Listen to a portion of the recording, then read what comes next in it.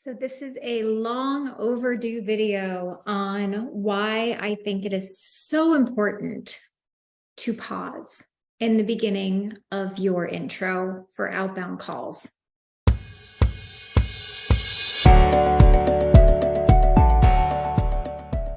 I know the majority of the scripts that are out there have you introducing yourself, telling you where you're from, why you're calling. Don't give them any room to respond or participate in the call, and you go right into verifying info and hoping that something that you say is going to trigger the customer to remember that they filled out a form and want to participate in the call.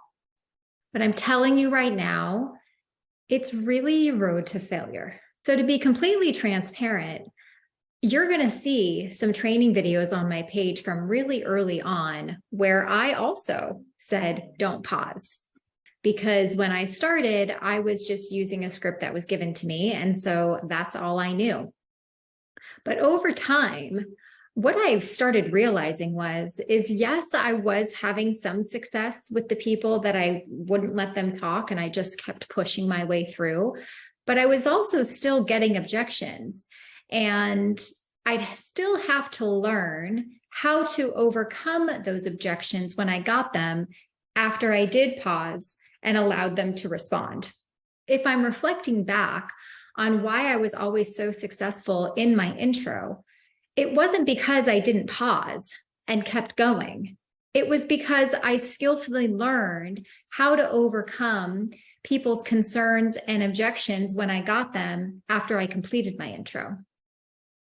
What I actually found was after I changed the way that I started selling, which was allowing for a pause, allowing for the customer to tell me their concerns, not only did I get better at overcoming those objections, but I actually got more people willing to engage with me because I treated them the way that they deserve to be treated, which is with respect. And, the old golden rule is treat people how you want to be treated. And if someone were to call me and just say, hey, Dana, this is Bob, and I'm calling from XYZ company, and you requested information online about final expense program, and I'm from the state of California, and I'm showing your date of birth is this, and I'm showing your address is this, is that correct? And didn't even give me a chance to breathe or participate, I would immediately be turned off. Like, that is a telltale sign. This is a salesperson calling me, and it doesn't really matter what I'm doing right now. I don't want to talk to you. And you have to be really darn good at overcoming whatever I'm about to say to keep me on the phone. Now, on the flip side, if someone called me and they were polite and they said, hi, Dana. And I said, yes, this is Dana. How can I help you? And they said, hey, Dana, this is just Bob calling. And I noticed you may have recently requested some information online to possibly protect your family if you were to pass away. And I just had a chance to get back to you to see if I could help. And paused. That's going to allow me the courtesy to respond to them, even if it's in a negative way, whether it's, oh yeah, I don't have time right now, or I don't remember responding, or I'm not interested anymore.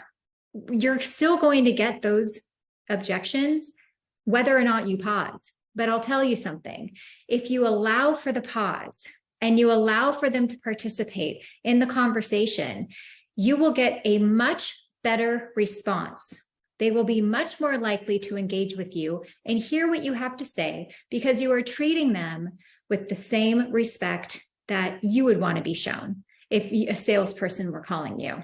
So I'm still overcoming the same objections, whether it's before the pause or after the pause, but I'm actually having much more success at overcoming them because I took the time to listen to them. I allowed for them to engage in the conversation. After I was able to overcome that, then I say, okay, perfect. Now, before I move any further, I just want to confirm your date of birth is this and your address is this. Is that all correct? Okay, wonderful. And then I move on to my conversation.